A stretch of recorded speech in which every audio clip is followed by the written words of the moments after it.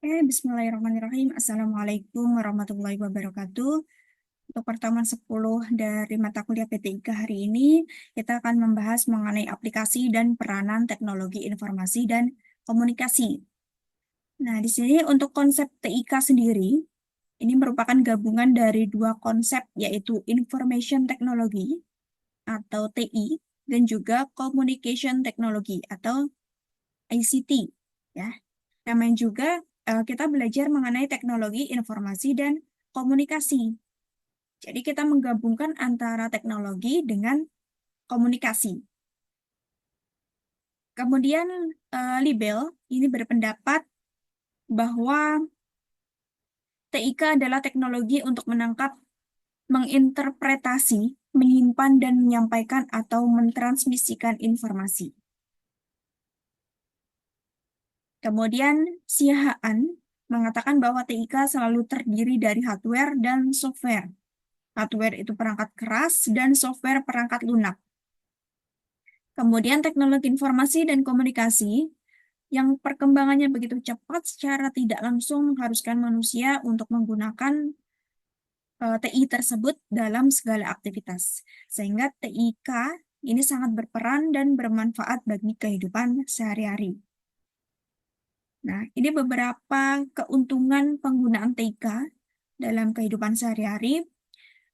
Yang pertama ada memudahkan orang dalam berkomunikasi dan memperoleh informasi. Jelas ya, namanya juga teknologi informasi dan komunikasi. Berarti kita bisa berkomunikasi dan memperoleh informasi dari teknologi tersebut. Kemudian membuka peluang bisnis baru. Jelas kalau kita menggunakan internet misalnya ya, itu kita bisa berjualan secara online. Itu kan membuka peluang bisnis baru. Kemudian mendorong timbulnya proses demokrasi. Ini dalam suatu negara, TIK ini sangat diperlukan ya. Apalagi kalau pemerintah membuat program-program, masyarakat eh, seluruh negara bisa mengetahui program dari pemerintah tersebut. Kemudian meningkatkan kualitas dan kuantitas layanan publik, meningkatkan layanan informasi kesehatan jarak jauh atau telemedicine, memperbaiki pendidikan melalui e-learning, mengembangkan kemampuan dan kesadaran masyarakat, memperkaya kebudayaan, menunjang pertanian, dan menciptakan lapangan kerja. Sedangkan untuk peranan TIK dalam berbagai bidang, yang pertama peranan TIK di bidang industri dan manufaktur. Nah, di sini digunakan pada proses perencanaan sebuah produk melalui program desain, seperti computer aided design. Nah, kemarin kita sudah belajar mengenai eh, program CAD ya, atau computer aided design, yang mana CAD itu aplikasi untuk melukis atau menggambar, yang bisa digunakan oleh industri untuk eh, menggambar ataupun mendesain suatu konten ataupun mendesain suatu logo dan seterusnya.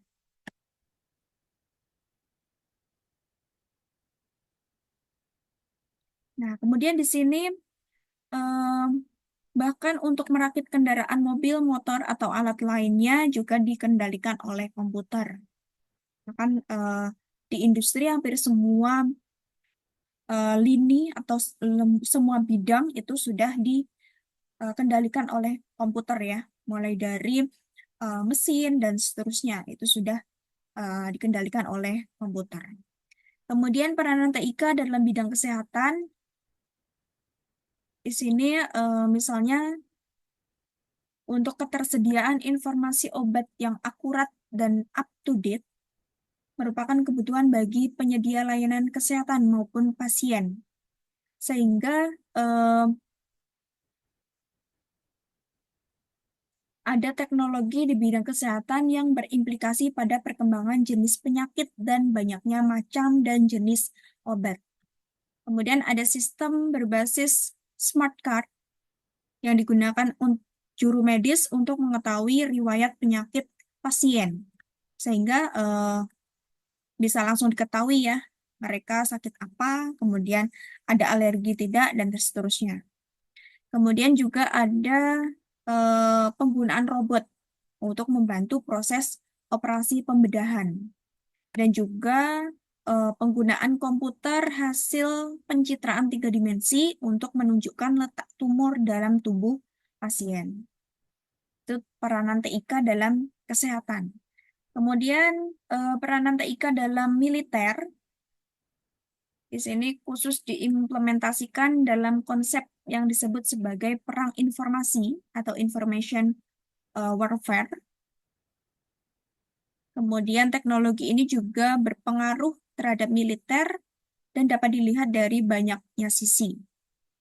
TI juga membantu menyediakan informasi potensial yang lebih cepat dan banyak melalui rantai komando dan pengendalian untuk mempercepat pengambilan keputusan. Kemudian peran TIK dalam bidang pemerintah atau kita kenal sebagai e-government, tujuannya tadi agar pelayanan kepada masyarakat lebih efisien. Nah, manfaatnya tadi pelayanan jadi lebih baik kepada masyarakat karena disediakan 24 jam. Kemudian peningkatan hubungan antara masyarakat, pemerintah, dan pelaku bisnis lebih transparansi ya. Kemudian pemberdayaan masyarakat melalui informasi juga mudah diperoleh. Pelaksanaan pemerintah menjadi lebih efisien karena koordinasi dapat dilakukan melalui email ataupun video conference. Contohnya ada penyimpanan dan pembuatan database penduduk, kemudian ada pembuatan elektronik KTP, dan seterusnya. Kemudian peranan TIK dalam bidang ekonomi, meningkatkan pelayanan kepada masyarakat, meningkatkan akurasi dan kecepatan perhitungan, menyediakan informasi ekonomi dan data-data statistik ekonomi dan keuangan yang up to date. Nah, di sini terdiri dari e-banking juga. Jadi bisa digunakan pada bidang perbankan.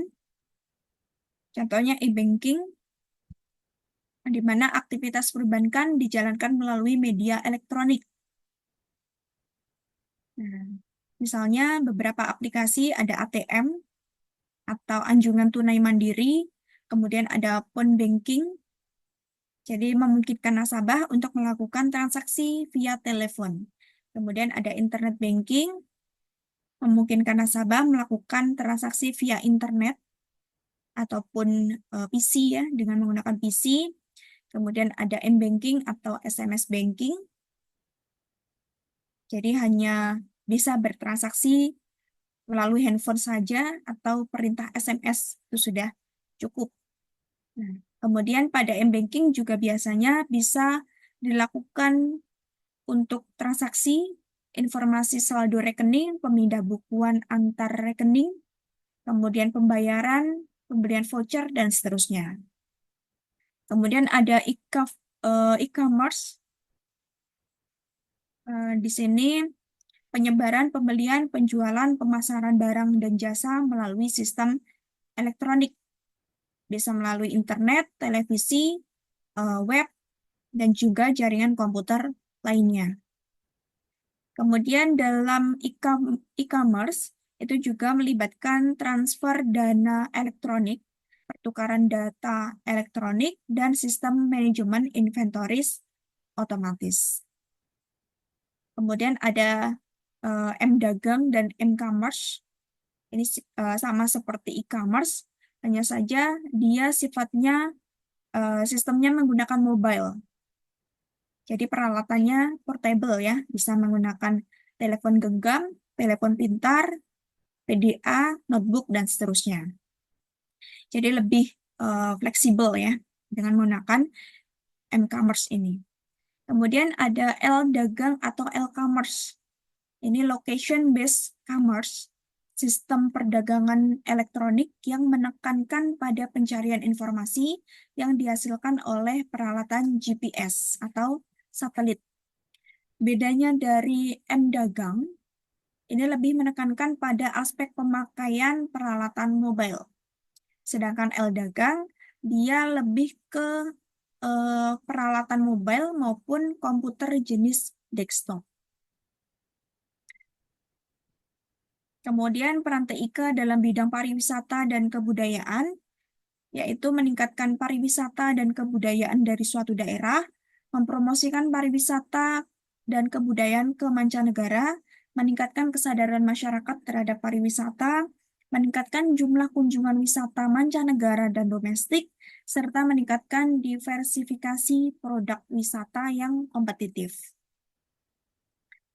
Sedangkan untuk peran TIK dalam bidang politik, misalnya untuk pemungutan suara atau dikenal e-voting, kemudian ada scan optik sistem voting dan juga kios suara khusus. Jadi bisa langsung merekam sistem voting elektronik atau DRE. Kemudian juga melibatkan transmisi suara dan suara melalui telepon, swasta, jaringan komputer, atau internet. Kemudian peranan e-voting sendiri memudahkan dalam proses pemungutan suara, mempercepat dan mengurangi kesalahan dalam perhitungan suara, meningkatkan aksesibilitas bagi para pemilih cacat, dapat memfasilitasi kecurangan dalam pemilu. Kemudian peran TIK dalam bidang kesehatan memudahkan dalam pencarian data pasien, meningkatkan komunikasi antar dokter, perawat, dan para medis, menggantikan fungsi manusia dalam hal pekerjaan yang rumit, seperti tadi ada penggunaan smart card ya, sehingga juru medis bisa langsung mengetahui riwayat penyakit pasien. Kemudian penggunaan robot juga dalam proses operasi pembedahan. Kemudian peran TIK dalam pendidikan memberikan kontribusi bagi perkembangan teknologi pembelajaran, khususnya audio data, video data, audio video, dan internet. Makanya sekarang ada yang dinamakan proses belajar mengajar jarak jauh atau e-learning, sehingga lebih efisien dan efektif ya. Kemudian hadirnya e-learning itu juga bisa diakses materi pembelajaran yang disediakan di situs tersebut. Kemudian siswa juga bisa berinteraksi dengan guru maupun siswa lain tanpa harus hadir di kelas. Kemudian 6 peran TIK dalam bidang pendidikan. Yang pertama, TIK sebagai skill dan kompetensi. Jadi maksudnya TIK bisa masuk ke semua lapisan masyarakat, tapi sesuai dengan porsinya masing-masing. Kemudian TIK sebagai infrastruktur pembelajaran. Tadi sudah di e-learning biasanya sudah disediakan bahan ajar dalam format digital. Kemudian network in the school. Kemudian belajar di mana saja dan kapan saja. Kemudian TIK sebagai sumber bahan belajar.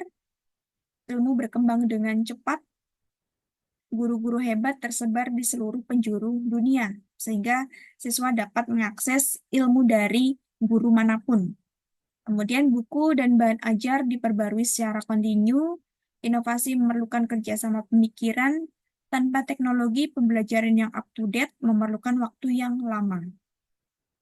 Kemudian TIK sebagai alat bantu dan fasilitas pembelajaran, menyampaikan pengetahuan mempertimbangkan konteks dunia nyata, memberikan ilustrasi berbagai fenomena ilmu pengetahuan untuk mempercepat penyebaran dan penyerapan bahan ajar. Pelajar melakukan eksplorasi terhadap pengetahuan secara lebih luas dan mandiri. Akuisisi pengetahuan berasal dari interaksi mahasiswa dan juga guru, rasio antara pengajar dan peserta didik, sehingga menentukan proses pemberian fasilitas. Kemudian TIK mendukung manajemen pembelajaran. Kemudian TIK sebagai sistem mendukung keputusan.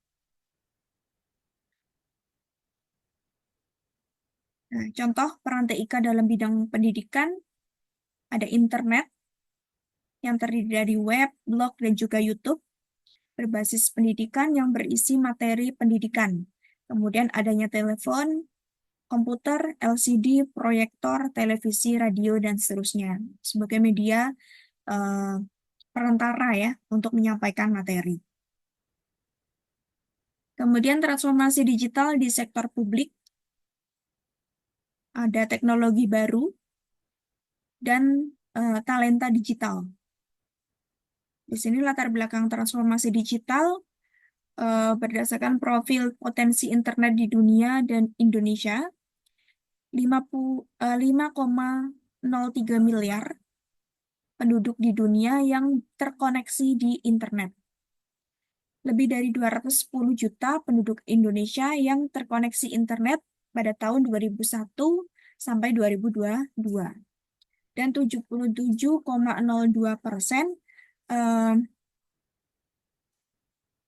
penetrasi internet di Indonesia pada periode 2021 sampai 2022.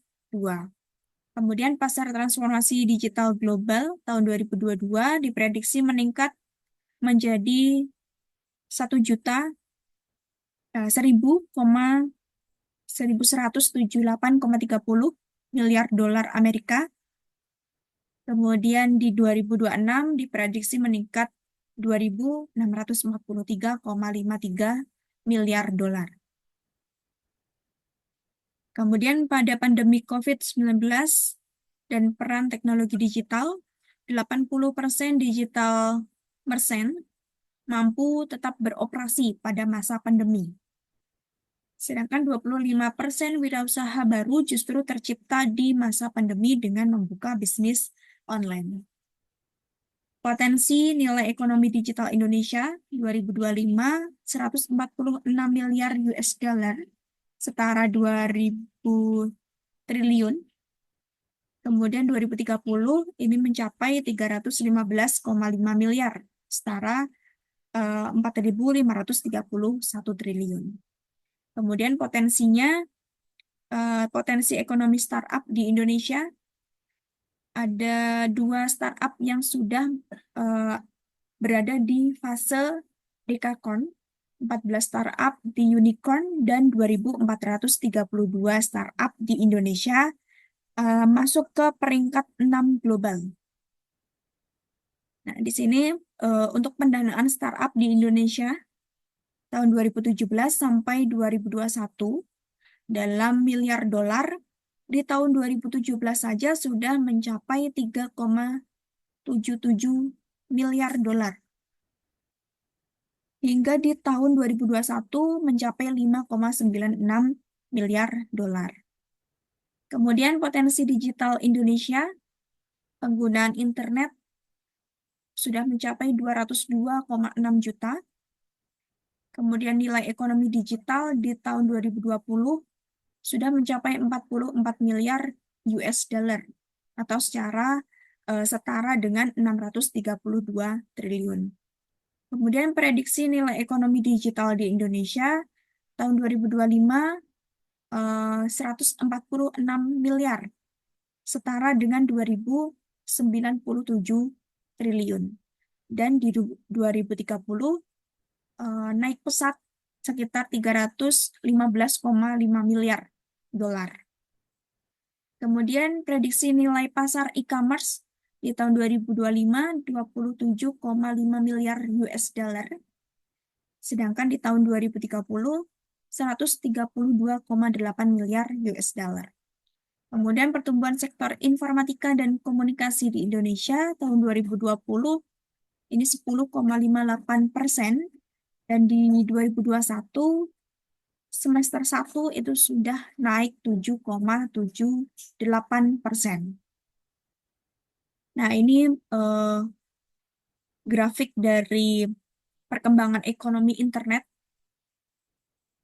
tercepat dan terbesar di kawasan Asia. Di sini ada Indonesia dari tahun 2019 sampai 2025. Indonesia masuk ke peringkat pertama ya di sini untuk perkembangan ekonomi internet, disusul dengan Vietnam dan Singapura. Kemudian ekonomi digital memiliki nilai dan pertumbuhan terbesar. Dari e-commerce ini yang paling banyak, kemudian disusul dengan online travel, online media, dan ride hailing. Kemudian pada pandemi ini menjadi musibah sekaligus berkah ya bagi orang-orang yang mau belajar eh, digital bisnis. Nah, seperti yang dilaporkan oleh McKinsey dan juga Co. tahun 2020, bahwa pandemi mengakselerasi presentase interaksi pelanggan dan aktivitas jual beli barang atau jasa yang memanfaatkan teknologi digital secara global sebesar 22% dan 20% hanya dalam tempo 7 bulan. Bisa kita lihat di sini ya untuk grafiknya. Di grafik global tahun 2017-2018, kemudian ini 2019-2020 naik sangat pesat dari 20 menjadi 58. Kemudian di Asia Pasifik ini di tahun 2020 juga mengalami perkembangan pesat dari 19 menjadi 53. Kemudian di Eropa juga di tahun 2020 mencapai 55. Kemudian di Amerika juga mencapai 65. Kemudian 5 arahan Presiden dalam perencanaan transformasi digital. Yang pertama adalah perluasan akses dan peningkatan infrastruktur digital. Yang kedua, persiapan roadmap transformasi digital di sektor strategis, baik di sektor pemerintahan, layanan publik, bantuan sosial, sektor pendidikan, kesehatan, perdagangan, industri, dan penyiaran. Ketiga, percepatan integrasi pusat data nasional. Keempat, persiapan kebutuhan SDM talenta digital. Dan yang kelima, permintaan terkait dengan regulasi berkaitan dengan skema pendanaan dan pembiayaan transformasi digital yang sudah disiapkan ya secepatnya. Di sini ada peta jalan Indonesia Digital 2021 sampai 2024. 5 arahan Presiden tadi. Kemudian ada 4 sektor strategis.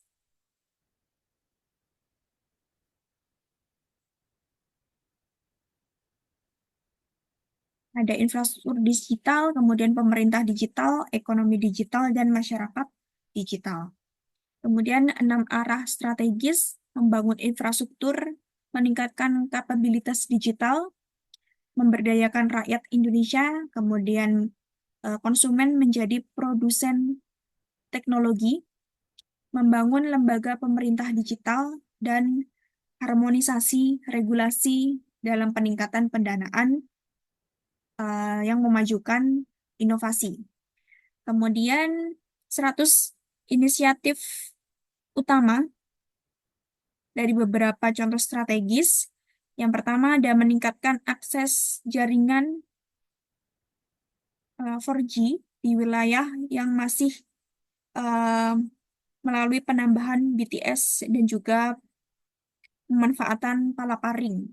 Kemudian memperkuat akses internet dan juga perangkat pendukung di lokasi-lokasi layanan publik, mengembangkan standarisasi 8 aplikasi umum untuk meningkatkan pelayanan publik, mengembangkan program untuk pemerintah digital, kemudian mengembangkan blueprint digital, terutama di 10 sektor prioritas, mendorong adopsi perdagangan digital oleh UMKM, meningkatkan pemanfaatan teknologi digital dalam interaksi antar masyarakat, dan menerapkan peta jalan program pengembangan keterampilan dan talenta digital.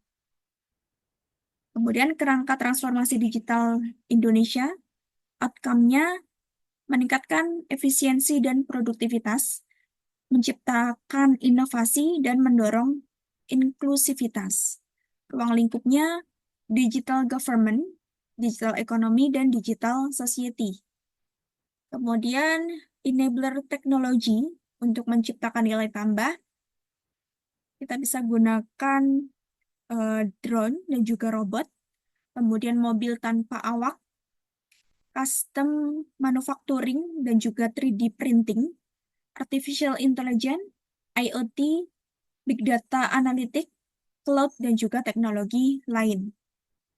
Kemudian masyarakat dan atau building block, tata kelola data dan teknologi, pengendalian informatika, hilirisasi pemanfaatan teknologi, literasi digital dan digital talent, infrastruktur digital, enabling policies, dan juga regulation. Kemudian transformasi digital adalah proses menggunakan teknologi digital untuk menciptakan atau memodifikasi proses bisnis, budaya, dan pengalaman pelanggan yang ada untuk memenuhi perubahan bisnis dan kebutuhan pasar. Nah, ini beberapa contoh transformasi digital yang tadinya infrastruktur dan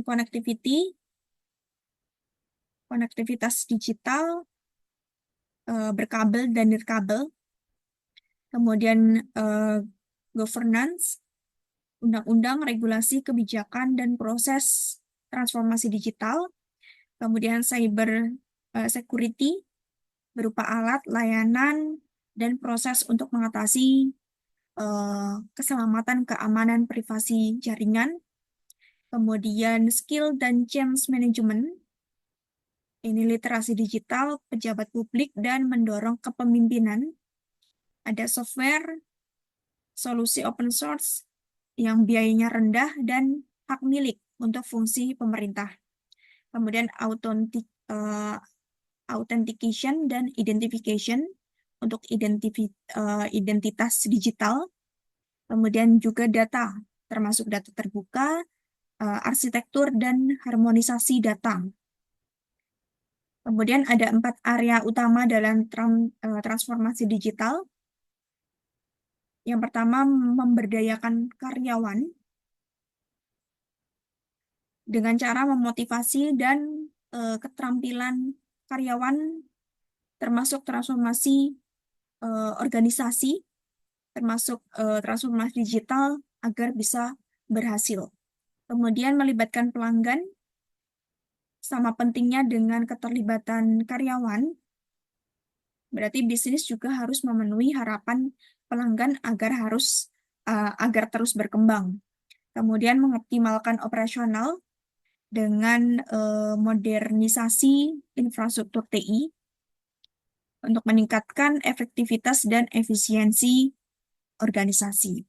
Kemudian yang keempat, layanan dan produk terkait inovasi yang menjadi salah satu cara terbaik untuk mendorong kesuksesan di era modern. Kemudian juga membantu organisasi meningkatkan posisi pasar mereka dan memperoleh lebih banyak pendapatan dan tetap relevan dengan tren terkini. Kemudian keuntungan transformasi digital bagi sektor publik, peningkatan transparansi dan efisiensi, penyediaan layanan yang lebih optimal, menurunkan biaya operasional, meningkatkan kepercayaan dan kepuasan publik secara keseluruhan, penyimpanan dan pengelolaan data pengguna yang lebih aman. Nah, di sini ada kondisi transformasi digital pada sektor publik dari e-government PBB tahun 2020 di negara-negara Asia ya. Di sini peringkat yang paling kecil itu yang semakin baik.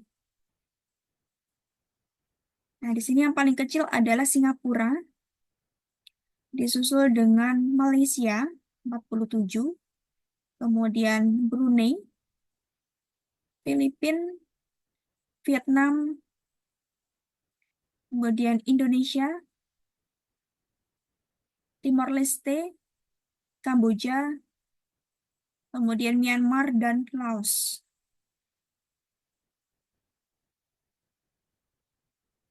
Kemudian tantangan transformasi digital di sektor publik Indonesia. Yang pertama, infrastruktur digital atau enabler, kemudian mindset dan juga sumber daya manusia, serta leadership atau kepemimpinan. Untuk kondisi saat ini, aksesibilitas terhadap infrastruktur digital semakin merata, namun masih banyak permasalahan terkait infrastruktur digital yang perlu ditindaklanjuti. Kemudian berdasarkan data Kementerian Komunikasi dan Informatika, Indonesia memiliki 2.700 pusat data yang tersebar di 630 kementerian atau lembaga pemerintah daerah. Masing-masing instansi memiliki aplikasi yang berbeda dalam mengelola data. Diperkirakan sekitar 27 aplikasi untuk mengolah data di seluruh kementerian ataupun di pemerintah daerah. Kemudian pemerintah jago membuat atau membangun infrastruktur IT, tetapi masih lemah dalam maintenance, sehingga layanan IT seringkali bermasalah.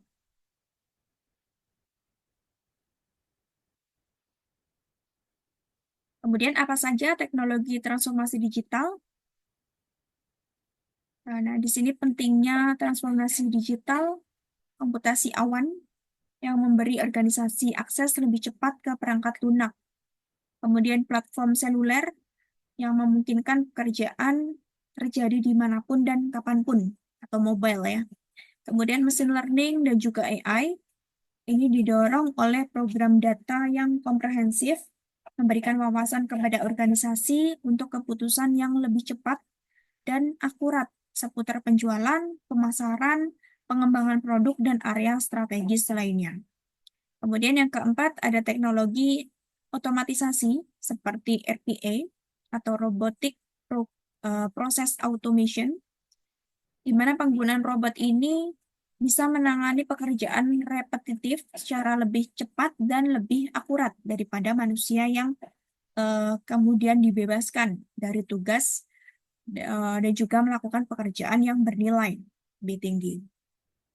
Kemudian ada teknologi transformational tambahan yang bergeraknya lebih cepat, lebih efisien, dan menciptakan produk dan juga layanan baru.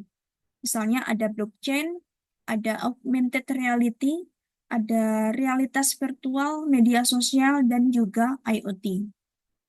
Kemudian mindset, pola pikir abdi negara di era digital. Yang pertama data. Data perilaku akan dianalisis sehingga mendapatkan diagnosa dan prediksi. Kemudian berpusat ke warga, fokusnya pada pengalaman warga untuk memberikan hal yang mudah, murah, cepat, dan bagus.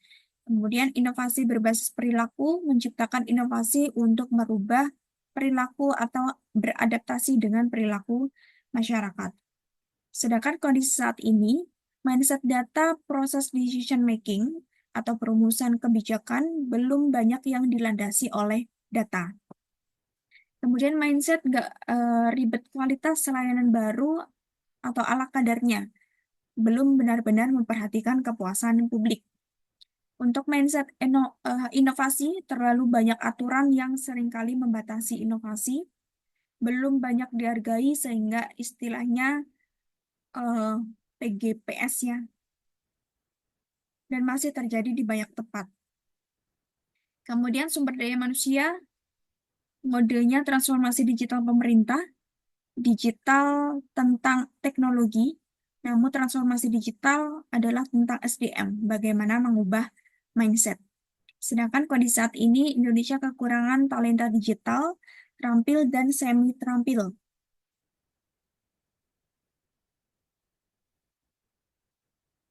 Kemudian yang keempat, leadership.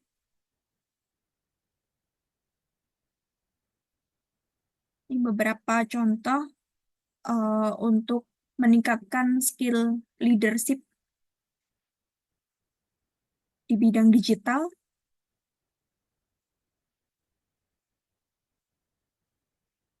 Kemudian 7 karakter kepemimpinan digital yang sukses menurut Gartner. Yang pertama punya kecenderungan neofilia, jadi tertarik pada hal-hal baru. Jadi dia seorang leader biasanya suka eksplorasi situasi baru, kemudian terbuka terhadap peluang baru, haus akan ide baru, kemudian menciptakan dan meniru, fokus pada pelanggan, mengabaikan batasan industri. Kemudian yang keempat, menghargai inovasi lebih dari sekedar kreativitas, membangun tim berdasarkan IQ atau kecerdasan adversitas, yang mengukur tingkat kecerdasan dan ketahanan seseorang terhadap masalah, kesulitan, dan tekanan. Ya, biasanya kan kalau di Indonesia itu lebih sering fokusnya pada eh, kecerdasan intelektual atau emosional. Sedangkan dari Gartner sendiri, dia lebih menyarankan untuk membangun tim itu berdasarkan kecerdasan adversitas. Bagaimana dia em, memecahkan suatu masalah, kesulitan, dan juga dia menghadapi suatu tekanan. Kemudian menganggap transformasi digital sebagai alat tetap dan juga bukan tujuan. Dan juga pastinya dia melek akan teknologi.